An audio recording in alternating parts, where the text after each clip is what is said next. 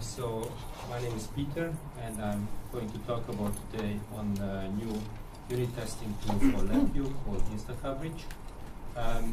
So this tool is a product by a company based in Budapest, Hungary called Inquiry Labs, and these guys are the main contributors of the tool. Balint Field, he's in the audience somewhere, Barnabas Rachel, and Balázs Bea, and myself. So in one sentence, InstaCoverage is a fast unit testing and code coverage tool for LabVIEW. And a few words maybe on our company. So we are based in Budapest, Hungary. I mentioned it already. We are around 20-30 people, and we are a software company building expert software engineering tools for the safety critical domain. So I can give you more details on that if needed. But for this talk, I'm going to focus on the InstaCoverage tool. Okay, so on the left-hand side of the slide, you see the cover page of a nice flyer, which you can collect after the talk for your reference. So basically, the main pitch is that it's a unit testing tool, so it can help you get rid of bugs in your software, in your LabVIEW code. It helps you to do complete testing, meaning that you can cover. So you have a guarantee that you have covered, that your tests have covered all parts of your code, and it gives you, InstaCoverage gives you productivity by a fast testing, so the execution of the tests is very fast, you will see that. And so the unique selling point of InstaCoverage is that existing tools are either fast or complete, and InstaCoverage is the first tool which is fast and complete at the same time. Okay, so this is I added this slide in the afternoon after lunch because I figured that maybe I don't know if so this is just a hello-world example on unit testing, on software unit testing, to make sure that we all have a common understanding what this talk is about and what this tool is about. So you have an header and you would like to make sure that it does the right thing. So, and you write tests, for example 2 and 3, so you put inputs on the input interface of the method of the VI, and you expect something, and this is, you basically, if it's functional unit testing, then you compare the output, the actual output, against the expected output. In this case, if it's a real header, then it could be, the output would be fine. So that's the context, and what is our motivation? So motivation was born while doing a real project with Bosch. I used to be in Berlin a Bosch employee working on a new HIL system, which also contains, so the software part is written completely in LabVIEW, and it grew to be a real big software project. And so what happened there is that usually, so you have this puzzle piece on the left-hand side is your software module. It can be like a LabVIEW project in the LabVIEW world, and you would like to update it to fix a bug or to add a feature, and you also create. So we know that developing tests, good tests takes time, so you do that as well. And the result is in the middle, the new puzzle piece, and you would like to, so ideally, executing the test and releasing it, so all these formalities would take 0 time. So this is really just a silly thing, a formality that you have to get rid of. And so this is what you would expect. Now what happens in reality is that you, instead of it taking 0 time, you wait for the unit test framework to end and to finish. So this is a real example, a real benchmark. This is an average module. We have like dozens of modules in this big LabVIEW project at Bosch, and it turns out that you do, if it's a silly bug fix, it takes like few minutes to fix. and you update some tests, and then if the process has this criterion, this software quality criterion that you have to be using unit tests for coverage, then you wait for regression tests. You have to cover you have to make sure that you didn't break all functionalities, so the functionalities that you didn't touch upon, you didn't break that. So you have to do regression tests and so on. So you run all tests again, and you wait for this benchmark an hour using the unit test framework. And this is this is an actual. This is a real benchmark number that using InstaCoverage for this project, and this is a trend for InstaCoverage that we can be around 100 times faster than the unit test framework, and having the same guarantees, so to say, the same accuracy.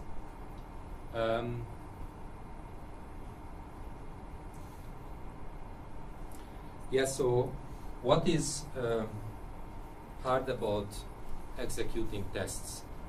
So if you talk about coverage, it's not a trivial thing. So it's somehow okay to accept some overhead while executing tests and having expectations about test coverage, expectations against the unit test framework or any unit testing tool that it gives this, that the tool gives you this guarantee that the test suite has covered all diagrams of the VI and the test. Now, this is not a trivial thing to know in advance or just by looking at the VI. This is a simple example. So the red VI in the second diagram, the critical VI, will it ever be executed? This is the question. So you see that it depends on many things, if this critical VI will be executed or not. On the inputs, which may be like objects with complex internal states, and you may have other decisions or branches before you call this, you execute the critical VI. So it's not a trivial thing to know in advance if a branch, if a diagram is visited or not, and therefore what people do is that you basically let it go, and you just collect the information if a branch has been explored or not. Yeah, and this is just a remark for you that coverage comes in different flavors. So the coverage implemented by the unit testing framework is called, I don't know how is it called, maybe diagram coverage, but it's basically branch coverage, meaning that you have to explore all branches. If we suppose that the first case structure has two cases, then it's trivial to see that the two test cases are enough to have 100% coverage, because you have to visit the first case, the second case, and in the second case structure, true and false. There are other coverage semantics, or other coverage metrics like path coverage, where you also consider the combinatorics of the case switches, of the branches, and then in this case you have like two cases per branch, and this would give you 4, so 2 times 2 test cases for a full coverage, and others as well. In the current version of InstaCoverage, we basically wanted to have the same power, or mightiness, the same expressive power of the unit test framework. So we implemented branch coverage for the moment, but we consider adding other stronger coverage criteria as well. Okay, so why is coverage important? Because of these are two intuitive examples why coverage is important. You avoid untested code because you basically test all parts of the code. This is a very informal definition, but all diagrams in the LabVIEW terminology. And you also prove, so if you have a test suite which is guaranteed to have 100% coverage, test coverage, then you also have a proof that you reach all diagrams, so there is no dead code. I mean, having no dead code is a good thing to know, because you spend effort on developing something which will never be executed is not good to have. Plus, if it's a critical behavior that should be executed, then it's also good to know that it is actually reachable.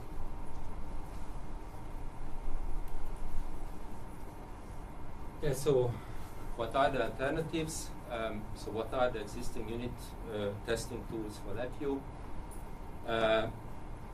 So the built-in tool, so basically the native unit testing tool by National Instruments is the unit test framework, which gives you coverage. So that's good, but it's not fast. It's we know. I mean, I showed you this figure and this benchmark trend that we measured and we observe day by day. That again, I repeat these examples on actual projects which are average size, so they contain a couple of hundreds of VIs. You wait like an hour. You may wait an hour for the unit test framework to finish, and InstaCoverage gives you the same results under a minute. So it's a 100 times time reduction, observable and measurable. And there are other tools like Karaya and the VI tester, which are fast, but they don't give you coverage. And InstaCoverage, like I said in the introduction, is the first tool which basically eliminates this trade-off, which we thought. So we spent a lot of time, understanding why the overhead of UTF was so high. I think we understood it, and we thought before we did this study, we thought that it's an inherent trade-off, that you can't have both, but you can. It turns out. Okay. Yeah. So this is this is already the second part of the talk, which would be a quick demo of InstaCoverage. So this is the backside of the flyer, which lists the most important features of InstaCoverage. InstaCoverage is a very fresh tool, so we launched it in January this year. That was the 1.0 version, and since a week we have on the Tools Network the 2.0 version, which again in the center we have this fast. So the main feature of InstaCoverage is fast execution and the ability to measure coverage.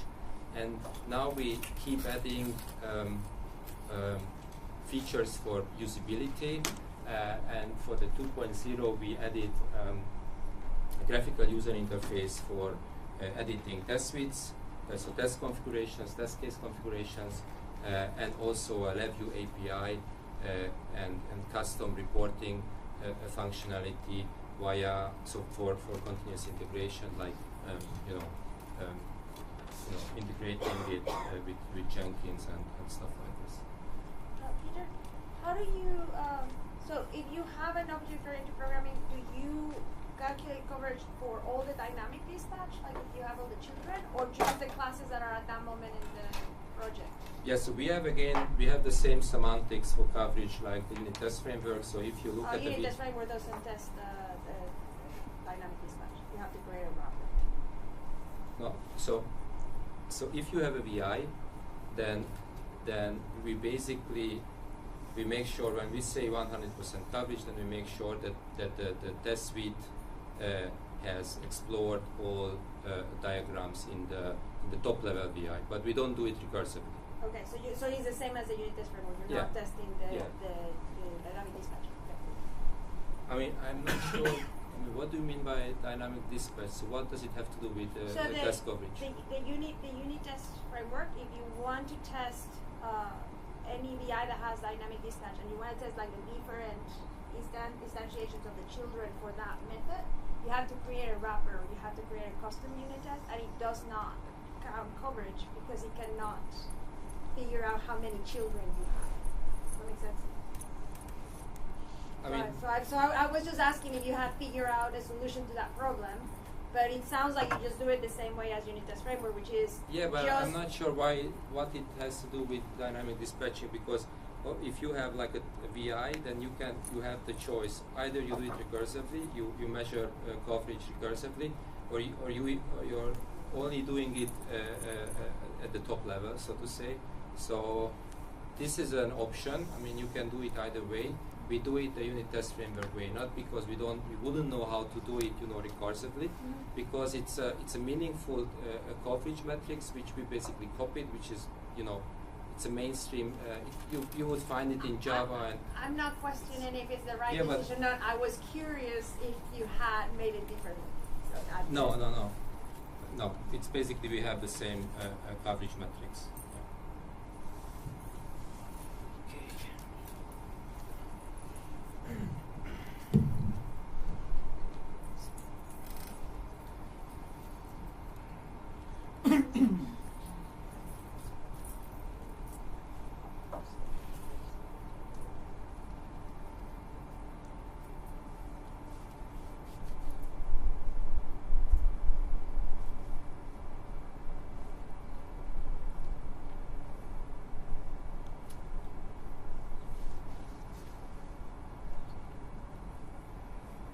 So you go to the Tools Network site and download InstaCoverage, and you install it like other add-ons. You can use the VI package manager to install it, and InstaCoverage comes with good documentation, which is basically a tutorial and also documentation on the data structures that are used can be used in the LabVIEW API. And so on. So this is a PDF document. So basically, documentation and tutorial. Plus in the examples you will find a demo project.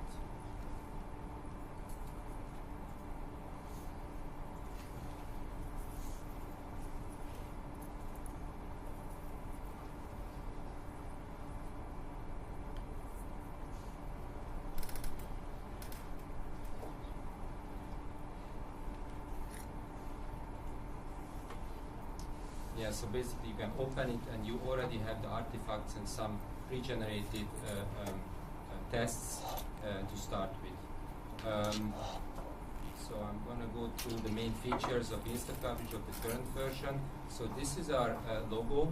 So every time you see it, this has to do with InstaCoverage. So the usability of the unit test framework is we think is okay, and we copied the good things. So you basically have this button to run all unit tests in the InstaCoverage tests in the project. You can also double click on virtual folders and so on, and run the unit tests inside the InstaCoverage unit test inside the folder. And you can also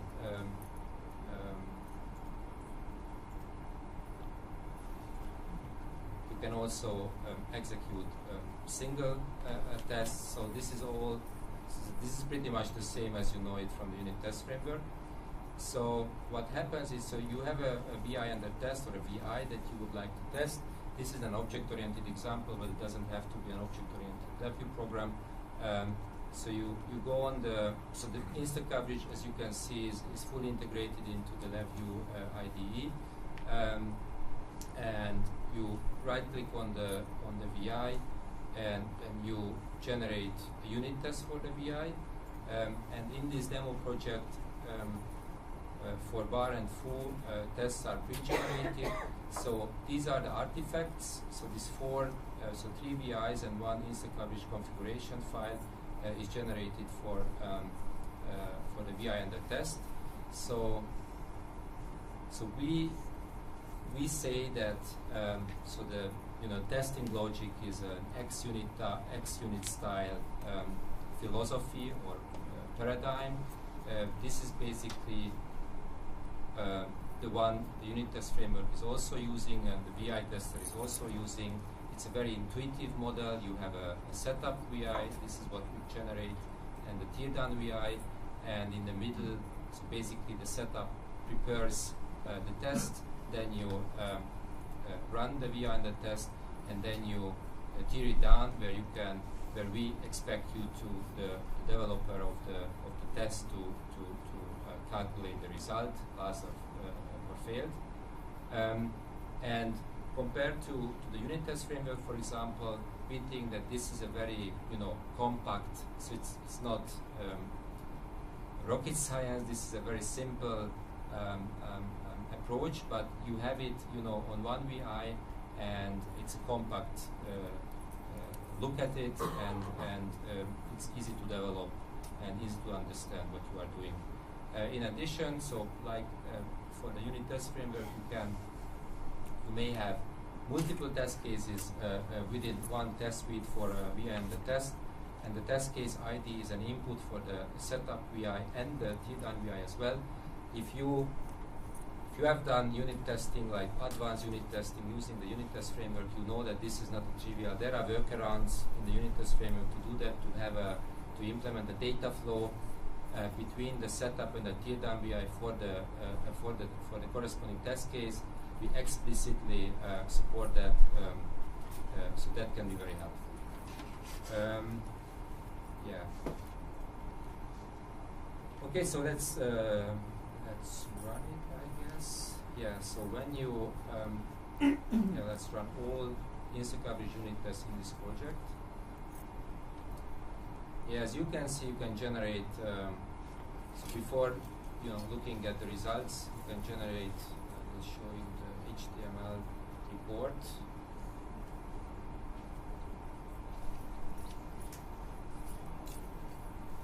So no surprise. So this is the unit test framework look and feel. We just this is just a simple output format. And you can have it, so the other built-in output format is in XML. It's a Jenkins JUnit style. We use the schema, the Jenkins JUnit schema for that, and we generate it in XML, the same results. And I will show you in a minute how to create custom formats. So this is in the manual execution, so when you use the GUI, the InstaCoverage GUI for executing tests and developing tests, and this is the display, so the display of the results, what you get. So no surprise here, you see past failed results of the test cases. We aggregate, we do an intuitive aggregation of test case results into the result of the test suite, but you can also change it if you want. And in case of uncovered diagrams, like in the unit test framework, if you double click on it, it will jump into the case, into the diagram which has not been covered by the corresponding test suite. Yes.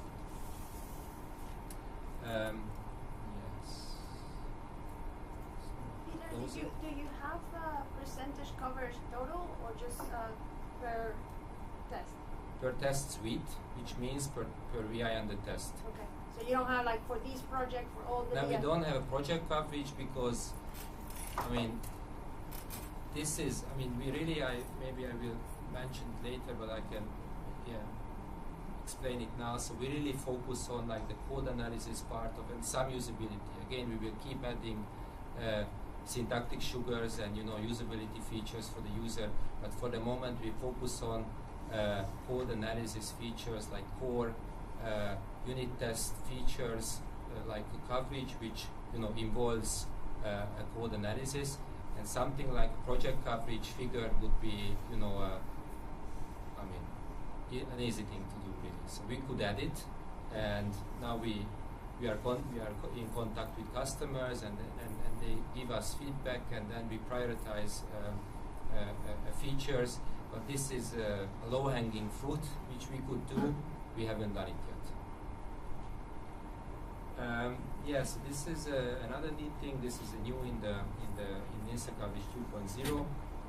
This is an example, but what you have here is basically the LabVIEW API. So you have 3 VIs here that you can use for programmatically execute InstaCoverage unit tests and also build custom results, custom result formats.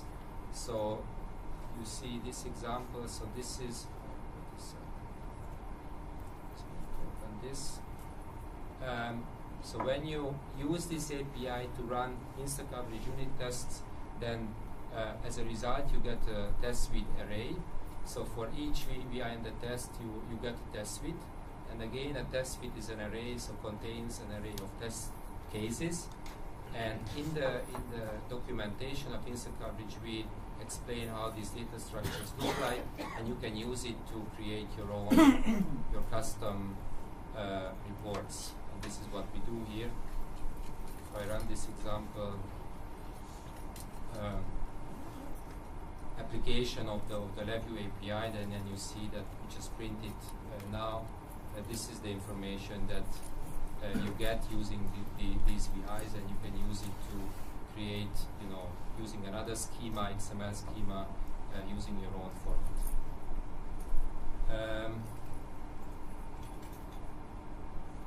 Yes. Yeah, to wrap it up, so again I mentioned we are on the unit test, the tools network site. So InstaCoverage is not for free.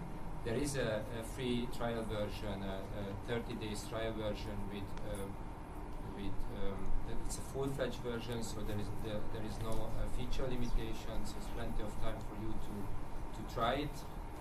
So this is your seed license, a forever license. When you buy it now, then you will get all the later versions, and you can install it on up to 5 machines for the user, for the same user.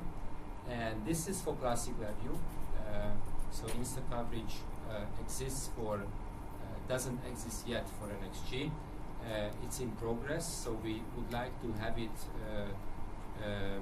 very soon for NXG as well. And like I said, for the near future, what we plan is to add nice feature, usability features. There are so many features you can think of. For example, also importing unit test framework, LV test files, things like that. But also, to extend the core strength of InstaCoverage, which is solid code analysis. For example, one highlight feature we plan to have is test generation, and not only, test generation with a very strong guarantee, namely that we would generate tests which have, so basically, even a VI, you click on a button, it generates for you, for the VI tests, so that the tests cover all diagrams, that we basically generate 100% coverage. So this is not a trivial thing to do. This involves, code analysis. You have to understand you can imagine. So this is a core functionality extension that we plan to have for this technology. So this is it. Thanks for your time. Any questions? What makes your InstaCoverage so much faster than the customer? Yeah, so this is our Stradivari, so I won't tell you the secret. It's actually a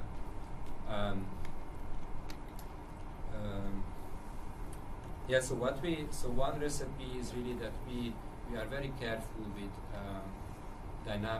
memory management, dynamic memory allocation, because we realize that the unit test framework is very too much easygoing, so to say, when handling dynamic memory. So we are very, very careful with that, because we realize when the LabVIEW project goes big, then dynamically allocating memory is an expensive thing, so we are very careful with that and very minimal on that, so to say. On the test so the coverage measurement side, what I can tell you is that, I mean, you can also, I mean, inherently it shouldn't be an expensive thing to measure because it's really a linear problem. So, I mean, you would expect that this is a cheap feature, I mean, overhead-wise, and it is a cheap feature. So, as you can see, we do it and it doesn't blow the overhead. So I would say that the most important thing in the design of InstaCoverage was the smart memory management of the tool, and the very minimal, it's a minimal approach, so to say.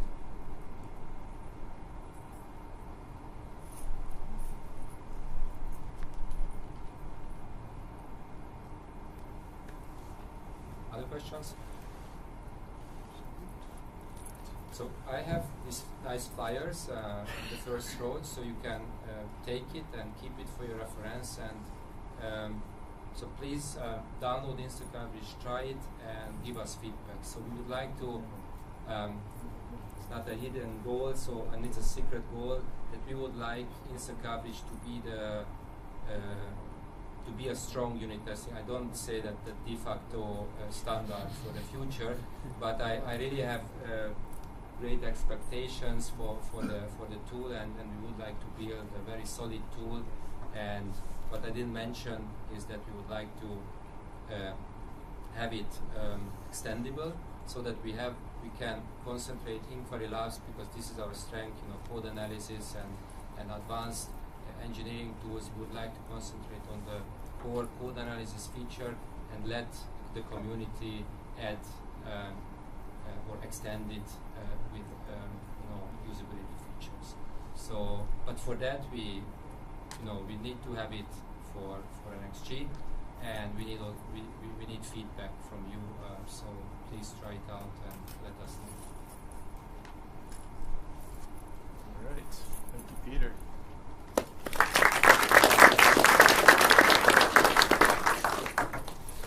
All right, this is where it gets weird because we're going to try something new. So, panelists, if you wouldn't mind, I guess, coming up. We obviously don't have a stage for you. So these are our presenters from throughout the day. And I thought it would maybe add some value to give everybody a chance to ask questions, bounce ideas off of the presenters. More of an informal discussion even than just going through slideshows.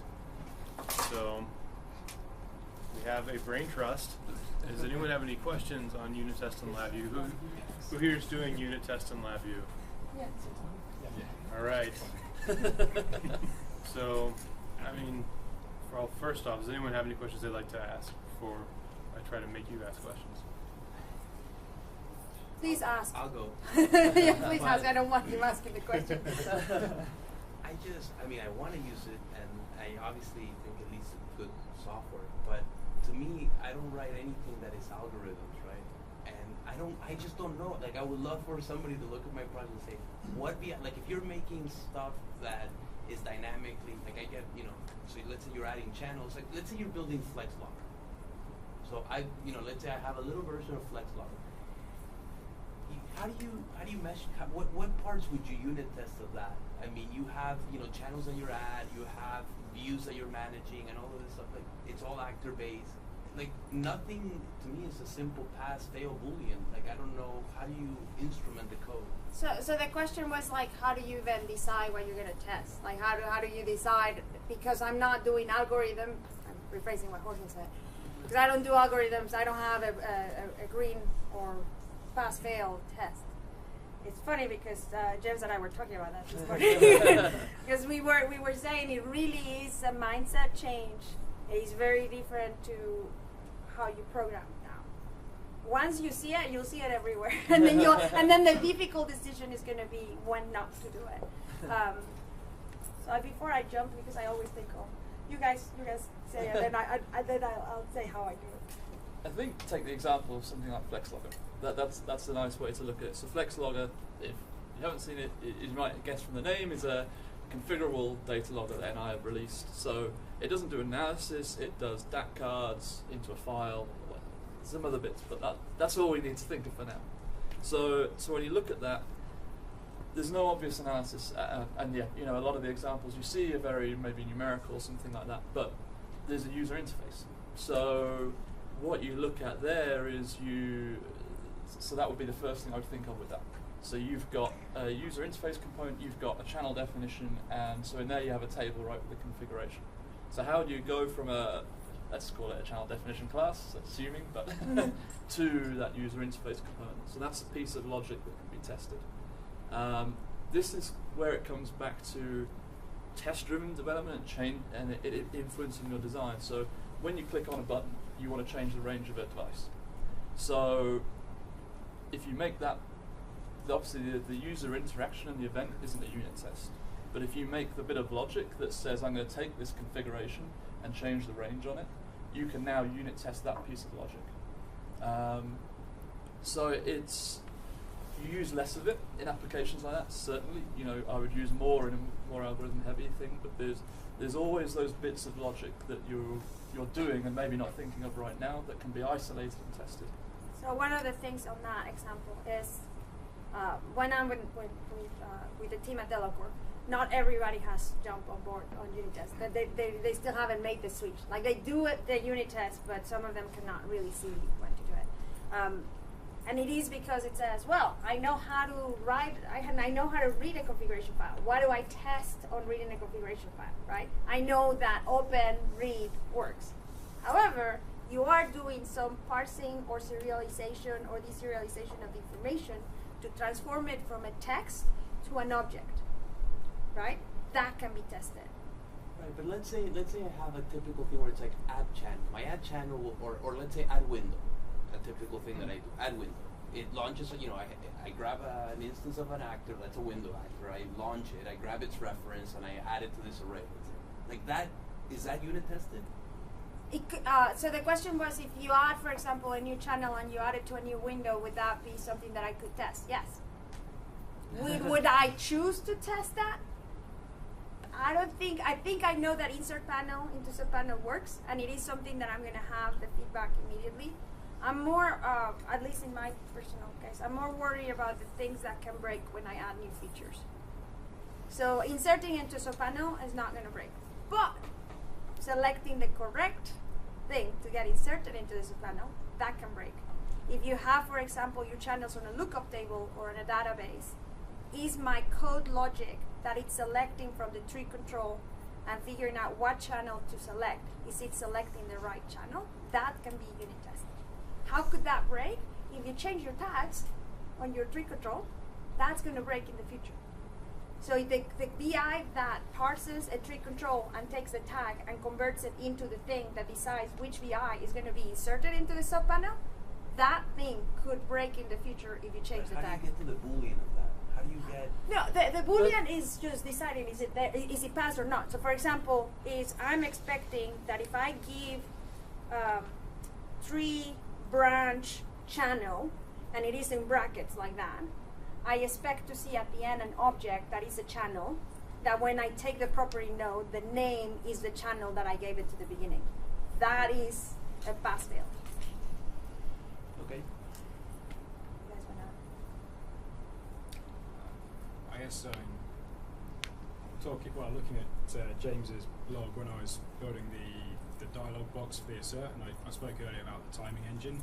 So an example of a load of unit tests I created there was, I thought I was creating this timing engine and I made it into an actor, and I thought I could just create this and it would send events into my queue to tell me to update the UI, and I could have just built that and everything, but I thought there might be cases where I want to use this in the future and I want to have 5 timing engines at different rates. I wanted to check that they would all work correctly in parallel and stuff, so I guess probably didn't need to create the unit test, but I decided to just kind of make sure that I had the kind of the scalability in the application there, which is, I guess that's one example where I've used it. And there can be a grey line between unit tests and integration Yeah. tests. There is a very big gray line between unit test and integration test. The problem is like any unit test tool, any unit testing framework can be used for integration testing. So I guess you have to reach, I mean, for sure you have to reach a certain complexity where, you know, testing makes sense and, you know, you can justify it. You know. Because, I mean, I guess if you start being unsure whether or not your software is correct, then it's a good idea maybe to start testing. But this is subjective, so it's not. I guess there is no formal. Can somebody think of a bug you recently had that did not have to do with LabVIEW crashing or, you know, memory leaks, like none like that? Like when I say a bug, behavior that is not what you expected. So I was building a number guessing game with my user group, and we had some nested for loops, and it was looking through to see if you picked the right number or something as a digit, and the for loop ordering, the indexing or something was wrong.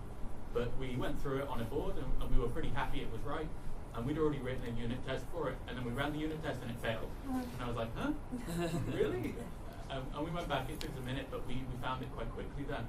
And if we hadn't, maybe we'd have been running the program like, oh, I'm sure I guessed the right number. Why is it not like saying I won?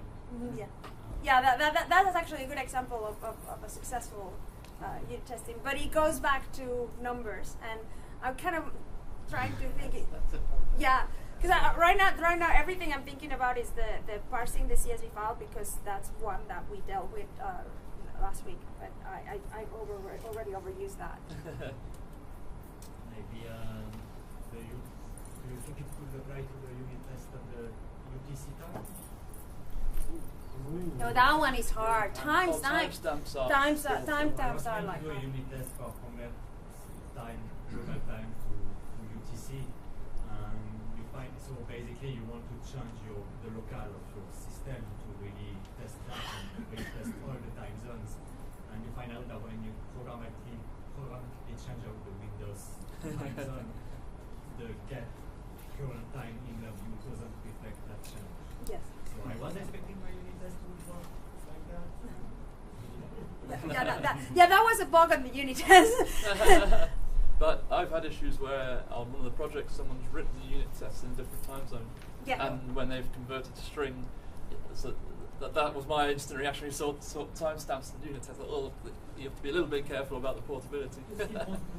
But yeah. And that's probably a good example where it's probably more of an integration test, but a unit test framework can really help with actually automating it. And maybe state machines. I mean, you were asking for examples where unit testing can help. I mean, there are counterexamples like timing, multi-threading, you know. But state machines, when you have a state machine, you expect a transition. You have a starting state and the target state, and you want to make sure that your state machine does the right jump, so to say. Yeah. So if I give certain inputs and I expect it to go step 1, step 2, step 3, of course now this is where designing with testing in mind comes into place. There might be no need anywhere in your program to display or announce or give back what the step is. But if you're thinking about testing, now you need to figure out how you're going to be doing that so you can verify that you got to step 1, step 2, step 3. So that's where right now you're probably not adding that instrumentation on adding extra enqueuing of messages, for example, in the case of Active Framework, where you would have to queue back, by the way, I did step 1, by the way, I did step 2. But now you would do it because you want to make sure that it went. But in that case, I mean, are you building something to catch your messages back and then doing that as part of the unit test? I would advise against that. My approach to that would be encapsulating your state transition logic into a sub-VI, and then you test the sub-VI. Anytime I've tried to test something like spinning up an actor, I don't use Active Framework, but I've used it before with dynamic processes, and the tests become awkward and brittle and slow. So if you can take that logic and isolate it into a sub-VI instead, it's much easier to test. It goes back to what I was saying in my presentation. You don't go and buy a 1 volt standard to verify that the power supply that you bought from someone gives you 1 volt, right? That it is a volt. You are certain things that you're going to trust. So you're not going to unit test anything that has to do with launching actor, stopping actor. You trust that Stephen Loftus-Mercer did that, right? You're testing more things that is code that you are implementing. And so I was thinking about another example. we were doing a media player, and we are displaying what are the channels that you can connect and display. And the developer created. We needed a new feature where we needed to add a new channel, and he didn't do any unit test because reading from a directory and finding all the channels, all the media channels that had a certain regular expression. Of course, I know how to do it. So he did that test. He didn't do that test because he's like, it's a really quick VI. Except you're not reading a regular expression from a directory. You are looking for channels. So if he had thought about that, about not do I know how to write a VI that can parse a directory, but do I know how to find channels within a directory, he would have seen that in his directory, there was one particular channel that we needed to read that the person that created the file did not follow the same regular expression as everything else. So if you do the unit testing by saying, I know that I have these 4 names that I wanted to be recognized as channels, and I run, and then I create my unit test, I create my code with just the regular expression like he did, he would have found that he was missing one case. So it's just like you abstract functionality on Actor Framework, it's abstracting. You're not testing the code you're writing, you're testing the feature you're implementing. I think I just have to pay somebody to say, like, look. Yeah, you can pay me. So can I go back Yeah. to something earlier, right? Yeah. You said, oh, if you do a state transition, you should you're broadcasting it so you can test it. And you said no, the decision. Yeah. You do a different decision. But do you make that then private as part of your, like, if you don't want to broadcast it, and then how do you test private items? So that's the question. So that is I subscribe to the general rule that you should avoid testing private stuff directly, and you should test the public API. And if you can't exercise that private item through the public API, it's kind of like you said earlier, what's the point of having it in there? Yeah, then it probably, and you need to test it, then it probably belongs in a shared library, not inside of the private. I will say, yeah. Every rule, you need to understand why the rule is there. Yeah, exactly. The reason why that is a rule is because the concept is your public API is more stable. You're not going to change it as often because something else is dependent on that. Your private API is the idea of making it private is you can change it, change it whenever you want and not worry about the consequences. So if you're testing that private API, then you end up with brittle tests. You're changing codes in your test spread you don't expect. But sometimes the public API just doesn't give you good access, and then you have to make a decision. So maybe there's something in your public API that for some reason doesn't work in the unit test. So it depends on the front panel or something like that. Then you have to make a judgment call about making that private API public so you can test it, or finding some other mechanisms to test it. Well, here's a thought I would have. Like in that case, could you do some sort of like strategy pattern where like your state is a separate class, and then maybe your actor doesn't expose that state, but then you could still test the class because the class itself is a separate shared. So that's like where you're going. Yeah, that's my approach. Is like if I'm bugged that I cannot test that because it's private, and I don't want to make it public because it could create other problems, then I figure out how to wrap it into something so I can test it, right? And then make that so it's not usable by the rest. Yeah. So normally that means a shared library or a different class. And this goes back to, I think you should be answering this question. You're doing fine. Yeah, because this goes back to the decoupling, the presentation that you did. If you're starting to find that where you're getting that itch that I need to test that, and it's not exposed to the public, there's something on that coupling. Your module is not a single responsibility module, and you're having to figure out why that's bugging you. So. Yeah, no, so that's exactly, you guys kind of stumbled into what I would have said, where writing or testing code means you have to write testable code, and a lot of times you write code and you refactor it to be testable, and that makes your design better. And by better, I tend to mean you're reducing coupling, and you're just making the code more solid. So yeah, I mean, you guys said what I would have said. So the suggestion I have, because well, first you can hire James, you can hire me, you can hire Sam. Any of us, we could do that.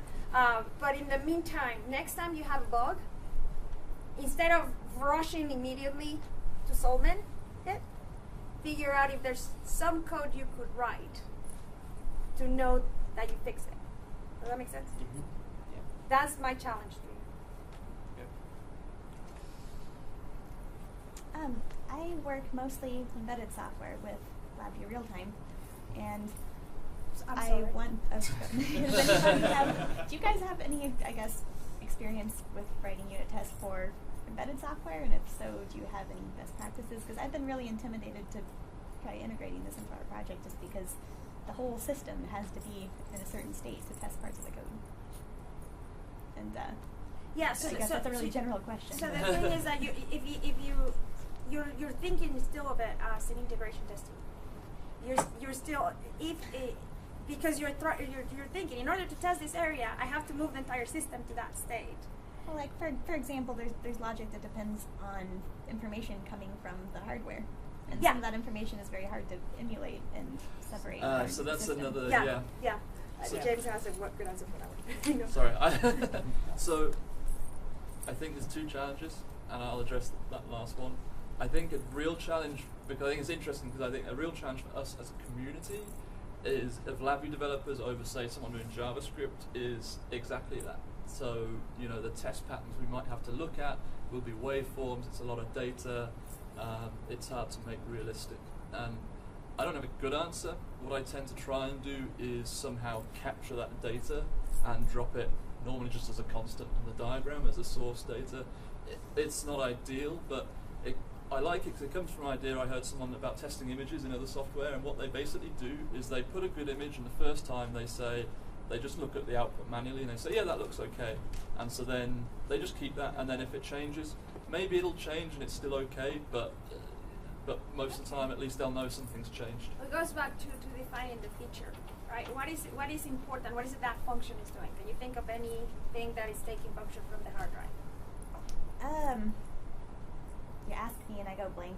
There's yeah, but like let's say we're looking at CPU usage, right? To monitoring health of your embedded device, if you're on real time, and you have, I don't know, you are looking at a balance and stuff, and you have some sort of daemon that is checking when is it that you need to go release memory. You don't have to be executing the CPU usage or whatever. You just want to test that the code that makes the decision whether I release or not is what I'm going to be. That works, right? Okay. So you don't need to test, do I know how to read the usage? And I already did that for you. They created that function. You're just testing that the decision-making process that you coded works. Okay. You can just make that a sub-VI. Yeah, and you make that a sub-VI. So an example of writing code for testability. How many here communicate with serial ports? All right. So the majority of you guys, when you are writing a command to a serial port, you have the format of your command, your initial byte, the message you're sending, the end byte, a write visa, right? And then a delay, and then a read from visa, and then your result, right? If you're using visa and you have that option, sure. Well, but you have a driver call that is connecting to the serial port to obtain. So you do format command, connection to hardware to get information to send the command, wait, read from device, and then my result. Yes? Anybody does it differently? Would you change your answer at all for FPGA? Yeah, well, yeah, I'll get to FPGA, but first with the hardware, yeah? All right, nobody does it different? Well, we do it the same, but we flush the port first, and then we wait for a certain number of bytes. But that's new. Okay, but but that's the. Yeah. So I do it differently. When we are doing communication with serial ports at Bokor, we have a VI that's called the send command or the command. And that VI, all it does is formatting the command. So it outputs a string. There's serial communication with hardware. And then there's another one that's called send command, and that's the one that on the hardware implementation will have the communication with the driver. On the simulated will not have it. I don't care to test the communication with the driver. Somebody else already did that. I know that I have communication. But the place where I can make mistakes as a developer is in formatting that command. Okay. Or if I am working with the hardware designer, which is our case sometimes, those guys, I mean, we had one that they had 400 bytes command thing, and they decided to change the format of the protocol. And of course, sure enough, they didn't just change the start byte and the end byte. No, they decided to change byte number 99 and swap it by byte somewhere over here. Now, normally that would be very scary, but because we have unit tests, it's a lot easier to say, oh, easy, I'll just go change it on the unit test. So now the way the protocol is implemented, my command is going to fail, but I know now what I need to go get. So I go make the change on how I format that command. Does that? Yeah, no, that's clear. Yeah, and now for FPGA, FPGA, like. yeah. Yeah, So FPGA. we have a beautiful thing with FPGA where it's LabVIEW at both ends. So what I'll actually do in a kind of similar thing with there, so a common thing on FPGA is you're going to take your data and you're going to package it into a common array to kind of stick it through a DMA FIFO and unpackage it on the other end. Yeah. So in that case, I'll actually write a unit test which has like engineering data, format, and then tie that format directly into my unformat. So I've actually got real-time code and FPGA code in the same thing. So it's kind of an integration test again. But it kind of means almost you don't care what that format is in the middle. You're just checking what I put in this end comes on the other end. And that's a unique advantage because we have FPGA on both sides, LabVIEW on both sides. That's what I often do in that kind of case as well. Okay. There's also the moving the code in FPGA. Certain code you can move to the desktop to test, or you can do the thing where you run. How do you say the run in simulation mode? See, I avoid that because for me, unit testing is testing logic. Yeah. So the target isn't important. If Yeah. it's code, it's code. Yeah. Mostly. I know there'll be corner cases, but mostly. So this is not FPGA, and I don't do a lot of real-time stuff, but I was at the decaf presentation the other day, and it pushes everything to the tag bus when you read it. So then doing all your unit testing is easy because you just We have Benji there. Benji, do you have something to right? something I mean, you're the one to who said it, so you can't say it. stand up and I'm just repeating so it. Benjamin Celis, he created decaf. So Yes. And we're using unit tests basically for everything and the modules and all the parts. So. Yep. So, but basically the tip is pushing everything Yes. out of there to the. You're writing the tag bus. testable code, basically. Yes. I mean, And it's having an abstraction layer. So if you make an abstraction layer from your I/O to whatever you have, then you can test it because you can abstract the inputs. So, I mean, basically the takeaway is if you try to instrument and test something that's already there, both cases, it's really hard to see where is it that I'm going to be putting my probes and everything. If you take a step back when you are designing the code and think about, okay, I really want to test this feature. Would I change something on my code implementation to do that testing? When somebody starts working with us and they see my crazy thing about having a bunch of BIs that just put out formatting a byte, a series of words, they think that I'm nuts.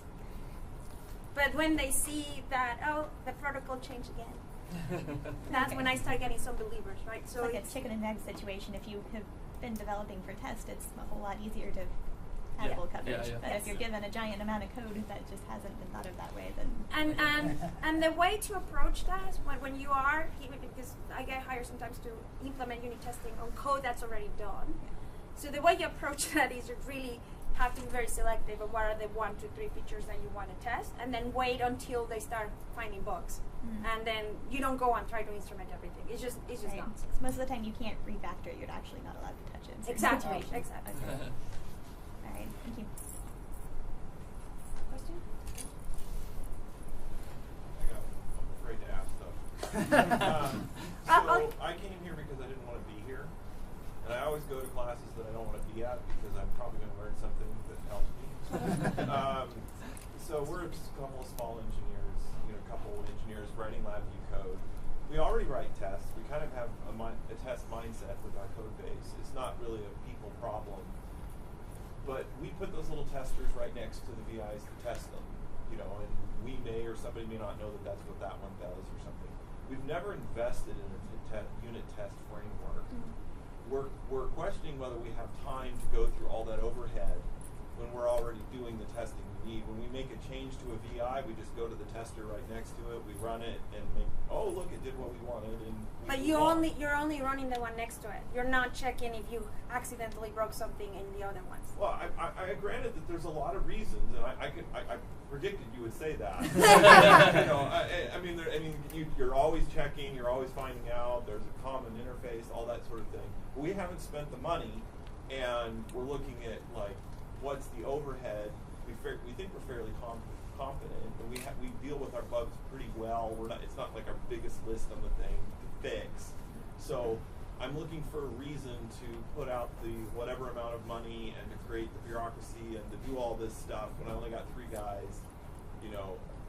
So he's eager to answer. I was just gonna say, why not use JKI VI Tester? There is no money layout. It's free. A.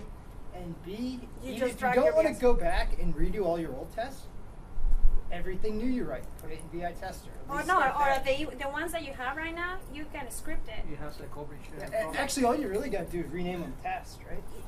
No. Well, you got to replace some you stuff. need to drag it into a class and everything. A little bit. But if you have hundreds of these things, you have hundreds of these things. Hundreds of these testers. Tests?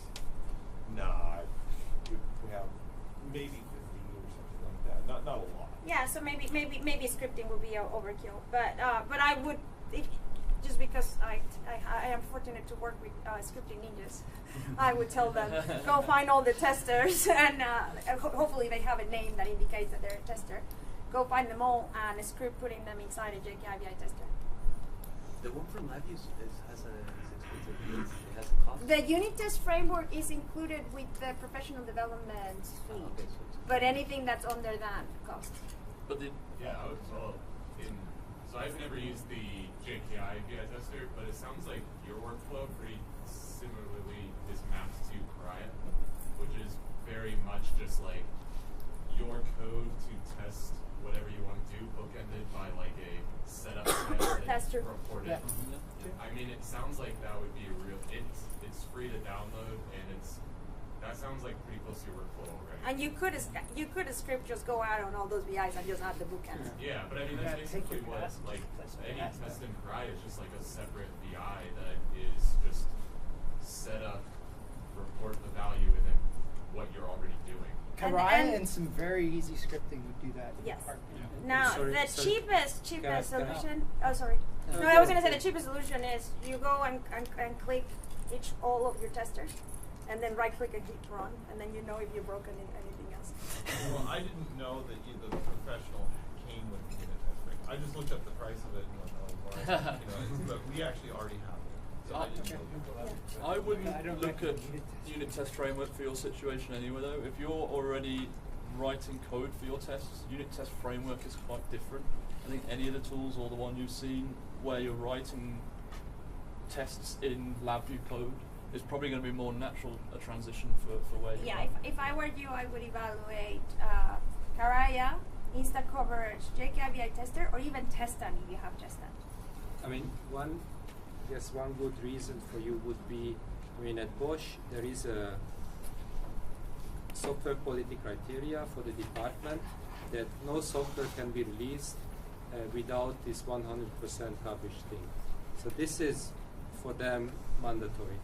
And they need this feature, If you don't need it, this guarantee, then, you wouldn't want to spend money on the unit test framework, on InstaCoverage, so I wouldn't see any reason in it.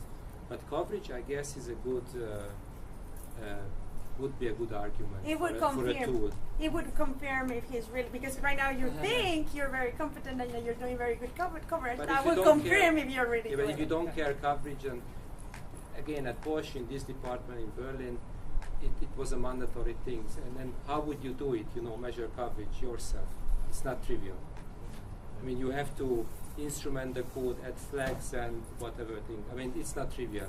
And then it probably would need help for that. But otherwise, that's a I would do it if it were the right thing to do. I just don't know. I think you guys know, so I'm asking. As far as the right thing to do, have you seen any of the unit? He has done unit test presentations and blog posts. I have haven't seen some. any of them. This is my first UTM. Okay, so go to ni.com/unit testing group. Okay, that's the unit testing discussion forum that we have at the ni.com. Of course, because I created the group, my presentation is pinned at the top, of course. But look for any post by James. I mean, he knows a lot of unit testing, and the presentation that I pinned has videos showing what it takes to do the different tests, and it has a use case where for a customer that thought that he didn't need to do unit testing and how many thousands of dollars they lost. So that has an actual real example. But I'd recommend go check that, and some of the videos take 5 minutes. It's not that.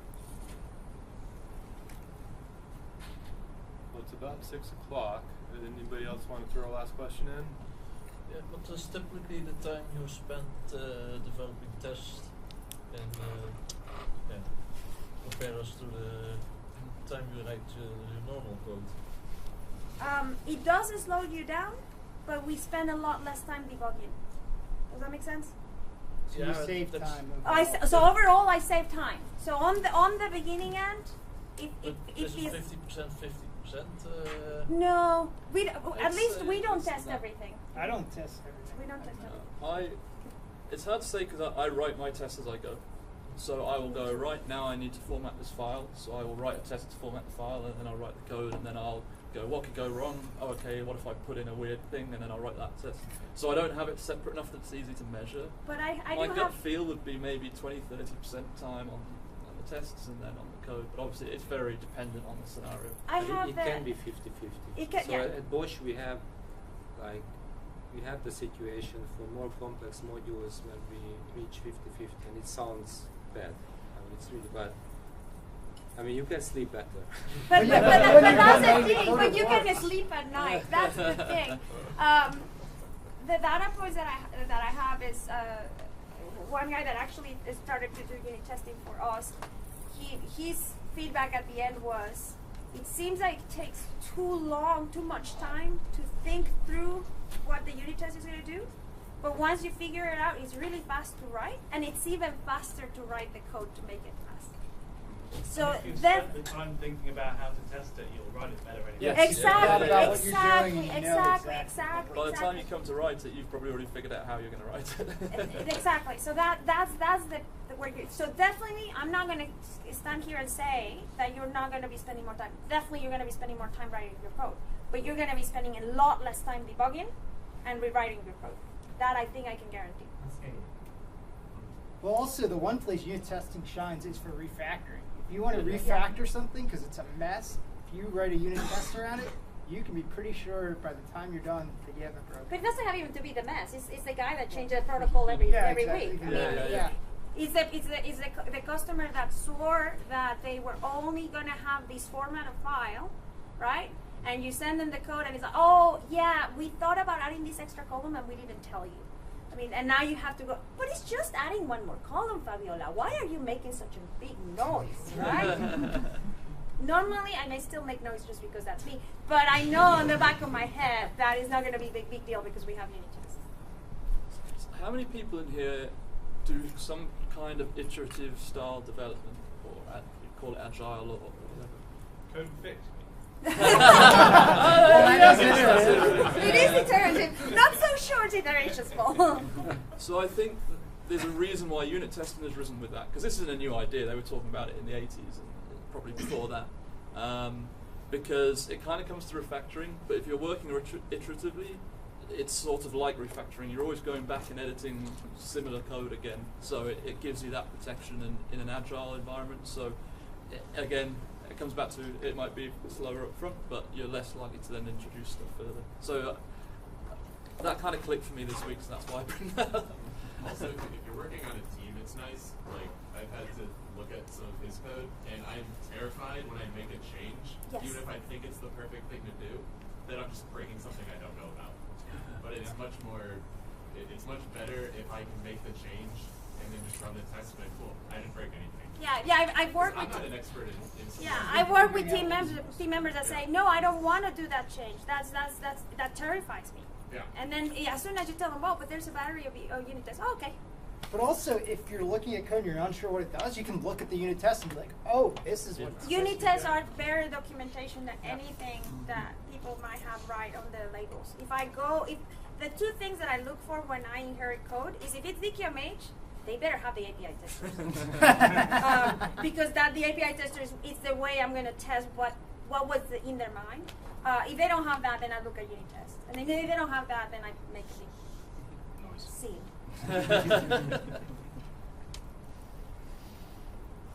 Cool. All right. Yeah. Well, thank you everybody on the panel. Appreciate all the insights. So Jorge, when did you send me your homework? I will. Well, I'll send you a quote. A request for a quote? There you go. There you go. That would be more interesting for sure. Yeah. Yeah, definitely. There are a lot of studies